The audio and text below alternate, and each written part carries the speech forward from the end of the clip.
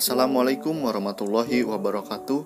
Halo semua, di video kali ini kami akan membahas psikologi individu neopredian menurut Alfred Adler untuk memenuhi tugas dari mata kuliah psikologi kepribadian kelas TP3A. Sebelumnya, izin memperkenalkan kami dari kelompok 4, ada Andini, Anggi Sidik Permana, Anissa Nurhalija, dan juga Anissa Putri. Biografi singkat dari Alfred Adler. Adler dilahirkan di Wina, Austria pada 7 Februari 1870. Ia merupakan seorang psikolog, dokter terapis, sekaligus pendiri awal aliran psikologi individual. Ia menekankan terhadap pentingnya perasaan inferior, dianggap elemen penting dalam yang mengembangkan teori psikologi individual. Sebagian besar kontribusi Adler terfokus pada gagasan bahwa perlu untuk melihat setiap orang secara keseluruhan, dengan bagian-bagian yang saling terkait yang mempengaruhi satu sama lain. Karena ide-idenya berbeda secara signifikan dari arus utama psikoanalitik, dan ia akhirnya dikeluarkan dari lingkaran teman dekat Freud. Oke, kita langsung saja kepada pembahasan pertama, yaitu psikologi individual Alfred Adler. Menurut Adler, manusia merupakan makhluk yang saling tergantung secara sosial. Kesehatan jiwa juga merupakan salah satu syarat utama untuk terlahirnya perasaan yang bersatu dengan orang lain. Maka dari itu, berdasarkan paradigma tersebut, kemudian Adler mengembangkan teorinya berikut. Adalah beberapa teorinya. 1. Individualitas sebagai pokok persoalan. Menurut Adler, setiap orang adalah suatu konfigurasi motif-motif, sifat-sifat, serta nilai yang khas. Setiap perilakunya menunjukkan corak khas gaya kehidupannya yang bersifat individual, yang diarahkan pada tujuan tertentu. Dalam buku Al-Wisol tahun 2005 halaman 90, Adler memilih nama individual psikologi dengan harapan dapat menekankan keyakinannya bahwa setiap orang itu unik dan tidak dapat pecah. 2. Kesadaran dan ketidaksadaran. Adler memandang unitas atau kesatuan. Kepribadian juga terjadi antara kesadaran dan ketidaksadaran. Menurut Adler, tingkah laku tidak sadar adalah bagian dari tujuan final yang belum terformulasi dan belum terpahami secara jelas. Kerjasama dalam sistem yang unify merupakan pandangan yang ditolak oleh Adler. Pikiran sadar menurut Adler adalah apa saja yang dipahami dan diterima individu serta dapat membantu perjuangan mencapai keberhasilan. Sedangkan apa saja yang tidak membantu hal tersebut akan ditekan ketidaksadaran, apakah pikiran itu disadari atau tidak. Tujuannya satu, yaitu untuk menjadi super atau mencapai keberhasilannya. Yang ketiga, 2 dorongan pokok. Adapun 2 dorongan pokok tersebut ialah yang ke-1 dorongan kemasyarakatan, yaitu mendorong manusia bertindak untuk kepentingan orang lain. Lalu yang kedua, dorongan keakuan yang mendorong manusia bertindak untuk kepentingan diri sendiri. 4. Perjuangan ke arah superior. Individu memilih hidupnya dengan kelemahan fisik yang menimbulkan perasaan inferior. Perasaan inilah yang kemudian menjadi pendorong agar dirinya sukses dan tidak menyerah pada inferioritasnya. Adler berpendapat bahwa manusia memulai hidup dengan dasar kekuatan perjuangan yang diaktifkan oleh kelemahan fisik neonatal. Perasaan inferior bisa disebabkan oleh lemahnya fisik seseorang dalam menjalankan kehidupannya. Perasaan inilah yang kemudian menjadi pendorong agar dirinya sukses dan tidak menyerah pada inferioritasnya. Perasaan inferior juga bisa menimbulkan kelemahan fisik terhadap seseorang. Individu yang jiwanya tidak sehat mengembangkan perasaan inferioritasnya secara berlebihan dan berusaha mengkompensasikannya dengan membuat tujuan menjadi superioritas personal. 5. Gaya hidup. Menurut Adler, setiap orang memiliki tujuan merasa inferior berjuang menjadi superior. Namun, setiap orang berusaha mewujudkan keinginannya tersebut dengan gaya kehidupan yang berbeda-beda. Gaya hidup seseorang tidak hanya ditentukan oleh kemampuan intrinsik, hereditas, dan lingkungan objek, tetapi dibentuk oleh yang bersangkutan melalui pengambatannya dan interpretasinya terhadap keduanya. 6. Minat sosial. Tingkat laku setiap orang muncul berbeda-beda, karena hakikat manusia memiliki minat sosial yang muncul pada setiap tingkah laku yang berbeda. Minat sosial membuat individu mampu berjuang mengejar superioritasnya dengan cara yang sehat dan tidak tersesat. 7. Kekuatan kreatif self. Self kreatif merupakan puncak prestasi Adler sebagai teoris kepribadian. Menurut Adler, self kreatif atau kekuatan kreatif adalah kekuatan ketiga yang paling menentukan tingkah laku. Kekuatan pertama dan kedua adalah hereditas dan lingkungan. Self kreatif adalah transformasi fakta-fakta dari kepribadian yang bersifat subjektif, dinamis, menyatu, personal, dan unik. 8. Konstelasi keluarga. Kepribadian seseorang terbentuk dipengaruhi oleh konstelasi. Adler menyatakan kepribadian anak dari yang pertama hingga terakhir tentu memiliki perbedaan karena hal tersebut dipengaruhi oleh perlakuan yang diterima dari orang tua dan saudara-saudara berbeda. Yang kesembilan, ada posisi tidur dan kepribadian. Hidup dalam kejiwaan merupakan kesatuan antara aspek jiwa dan raga, dan tercermin dalam keadaan terjaga maupun tertidur. Dari observasi yang telah dilakukan terhadap pasiennya, Adler menarik kesimpulan bahwa ada hubungan posisi tidur seseorang dengan kepribadiannya. Yang pertama, tidur terlentang. Hal ini menunjukkan bahwa seseorang memiliki sikap yang berani dan memiliki cita-cita yang tinggi. Yang kedua, tidur bergulung atau melungker. Hal ini menunjukkan seseorang memiliki kesulitan dalam mengambil keputusan dan penakut. Yang ketiga, tidur menggeliat, tidak karuan. Hal ini menunjukkan seseorang memiliki sikap yang tidak teratur dan ceroboh. Yang keempat, tidur dengan kaki di atas bantal. Ini menunjukkan orang ini menyukai petualangan. Yang terakhir, tidur dilakukan dengan mudah. Ini menunjukkan berarti penyesuaian dirinya baik. Lalu yang selanjutnya ke-10, kompleks inferioritas dan neurosis. Kompleks inferioritas adalah perasaan yang berlebihan bahwa dirinya merupakan orang yang tidak mampu. Adler menyatakan bahwa gejala tersebut paling sedikit disebabkan oleh 3 hal, yaitu yang pertama memiliki cacat jasmani, yang kedua dimanjakan, dan yang ketiga dididik dengan kekerasan. Tanda-tanda bahwa seseorang mengidap kompleks inferioritas adalah gagap dan buang air waktu tidur. Menurut pandangan Adler, kompleks inferioritas bukan persoalan kecil, melainkan sudah tergolong neurosis atau gangguan jiwa. Artinya, masalah tersebut sama besarnya dengan masalah kehidupan itu sendiri. Orang yang menunjukkan dirinya penakut, pemalu, merasa tidak aman, ragu-ragu, dan lain sebagainya adalah orang yang mengidap kompleks inferioritas. Lalu yang ke-11, perkembangan abnormal. Menurut gagasan Adler, ada salah satu faktor yang bisa melatar belakangi seseorang tidak memiliki minat sosial, atau maladjustment. Maladjustment adalah ketidakmampuan individu untuk menyesuaikan diri dalam lingkungannya. Selain memiliki minat yang buruk terhadap nilai sosial, penderita neurosis cenderung membuat tujuan yang terlalu tinggi, memakai hidup yang kaku, dan hidup dalam dunianya sendiri.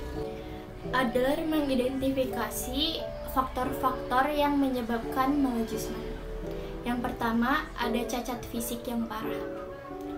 Entah itu sudah ada sejak lahir, atau akibat kecelakaan, atau penyakit lainnya, itu tidak cukup untuk membuat seseorang tidak memiliki minat sosial atau maladjustment. Bila cacat tersebut diikuti dengan perasaan inferior yang berlebihan, maka terjadilah gejala maladjustment. Yang kedua, ada gaya hidup yang manja. Gaya hidup diabaikan akan berkembang saat anak merasa tidak dicintai. Anak yang dimanjakan dan anak yang diabaikan tentu memiliki persamaan, namun pada umumnya lebih berbahaya anak yang diabaikan. Jika ada anak yang biasa dimanjakan, lalu tiba-tiba dia merasa tidak dicintai dan diabaikan, itu akan membuat perasaan inferior yang ada pada anak tersebut akan muncul secara berlebihan. Selanjutnya, nomor 12 itu ada kecenderungan pengamanan. Pandangan Adler tentang neurosis juga dikemukakan berkenaan dengan kecenderungan pengamanan. Semua penderita neurosis berusaha menciptakan pengamanan terhadap harga dirinya. Sini ada poin A, perbedaan kecenderungan pengamanan dengan mekanisme pertahanan diri. Konsep kecenderungan pengamanan diri dari Adler mirip dengan konsep mekanisme pertahanan diri yang dikemukakan oleh Freud. Keduanya merupakan gejala yang terbentuk sebagai proteksi terhadap self atau ego. Namun ada beberapa perbedaan antara keduanya. Yang pertama itu ada mekanisme pertahanan melindungi ego dari kecemasan instinktif, sedangkan kecenderungan pengamanan melindungi self dari tuntutan luar. Yang kedua, ada mekanisme pertahanan ego, merupakan gejala umum yang dapat dialami oleh setiap individu. Sedangkan kecenderungan pengamanan merupakan salah satu gejala neurosis, walaupun mungkin setiap individu itu normal atau abnormal memakai kecenderungan itu untuk mempertahankan harga diri. Yang ketiga itu ada pertahanan ego, beroperasi pada tingkat tak sadar. Sedangkan kecenderungan pengamanan bekerja pada tingkat sadar dan tidak sadar. Gitu. Terus yang poin B, untuk bentuk kecenderungan pengamanan psikologi individual menganalisis bahwa penderita takut tujuan menjadi personal yang dikejarnya itu terungkap sebagai kesalahan dan selanjutnya diikuti dengan hilangnya penghargaan dari masyarakat gitu. Kemudian di sini ada kayak kecenderungan kecenderungan pengamanan yang bentuknya dapat berupa sesalan gitu, agresi dan menarik diri. Nah, pertama itu ada sesalan, yaitu contohnya seperti kata ya tetapi. Nah, itu tuh dipakai untuk mengurangi bahaya harga diri yang jatuh karena melakukan hal yang berbeda dengan orang lain gitu. Sesalan sesungguhnya kalau dipakai untuk melindungi perasaan lemah dari harga diri dan menipu orang lain untuk percaya bahwa mereka sesungguhnya itu lebih superior dari kenyataan yang ada sekarang. Nah, yang kedua itu ada agresi. Agresi itu penderita neurosis memakai agresi untuk pengamanan kompleks superior yang berlebihan, melindungi harga diri yang rentan. Terus yang selanjutnya itu ada menarik diri. Menarik diri itu kecenderungan untuk melarikan diri, kesulitan berupa tindakan menarik diri dari aktivitas dan lingkungan sosial gitu. Ada 4 jenis menarik diri itu ada moving backward atau mundur. Gejala yang mirip dengan regresi yang dikemukakan Freud itu kembali ke tahap perkembangan sebelumnya. Kemudian yang keduanya itu ada standing still atau diam di tempat. Mirip dengan konsep Freud, fiksasi untuk menghindari kecemasan akibat kegagalan individu, mengambil keputusan tidak melakukan tindakan tertentu gitu. Terus yang kemudian itu ada hesitating atau ragu-ragu, berhubungan erat dengan diam di tempat. Ada orang yang bimbang ketika menghadapi masalah yang dianggap sulit, mengulur waktu dijadikan cara untuk mengatasi masalah yang dihadapi. Nah, kemudian itu ada di sini. Kemudian yang bagian B itu ada tujuan teori psikologi individual. Nah, di sini itu tujuan utama psikoterapi Adler adalah meningkatkan keberanian, mengurangi perasaan inferior, dan mendorong berkembangnya minat sosial pasien. Nah, Adler menyadari bahwa tugas ini tidak mudah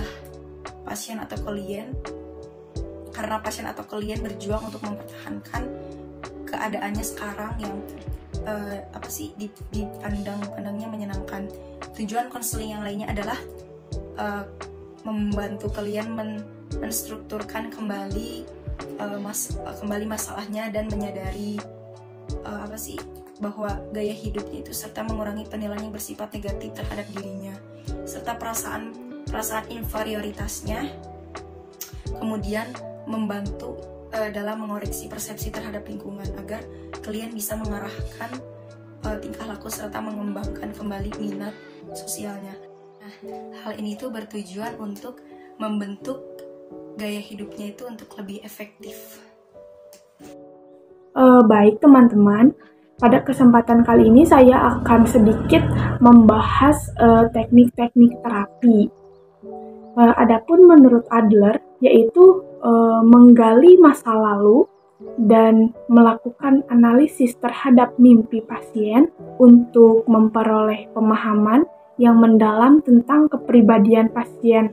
Alwisol tahun 2005, halaman 108 sampai 109. Adapun tekniknya yaitu ada dua. Yang pertama, menggali masa lalu, early recollection. Bisa diketahui ya pada bagian ini, Adler berpendapat bahwa ingatan masa lalu seseorang bisa diketahui pada bagian ini, dan bisa juga dipengaruhi terhadap kekonsistenan gaya hidupnya di masa sekarang. Bisa juga dengan menggunakan pandangan yang subjektif di masa lalu, bisa menjadi tujuan juga yang final di masa sekarang, dan bisa mengetahui apa faktor penyebab gangguan jiwa seseorang, terutama klien anak-anak. Dan adapun yang kedua, yaitu analisis mimpi menurut Adler, adalah usaha dari ketidaksadaran untuk menciptakan suasana hati atau keadaan emosional sesudah bangun nanti yang bisa memaksa si pemimpi melakukan kegiatan yang semula tidak dikerjakan. Alwisol tahun 2005, halaman 109. Nah, pada bagian ini mimpi akan dirasa puas yang tidak diterima oleh ego. Namun si pemimpi berusaha untuk memecahkan masalah yang tak disenangi saat di bawah alam sadar. Nah, adapun kesimpulan pada presentasi kami kali ini yaitu manusia bersifat sosial, psikologi, dan non-deterministik, yang berarti manusia dimotivasi oleh dorongan-dorongan sosial. Konstruksi utama sosiologi individu adalah bahwa perilaku manusia dipandang sebagai suatu kompensasi terhadap perasaan inferioritas. Tujuan hidup dipandang untuk mengatasi feeling of inferiority menuju feeling of superiority, yang bertujuan mengubah gaya hidup yang salah, mengurangi intensitas inferior klien, dan yang lainnya. Mungkin sekian. Mohon maaf bila terlalu banyak salahnya dari saya, dan kebenaran hanya untuk Allah. Wassalamualaikum warahmatullahi wabarakatuh.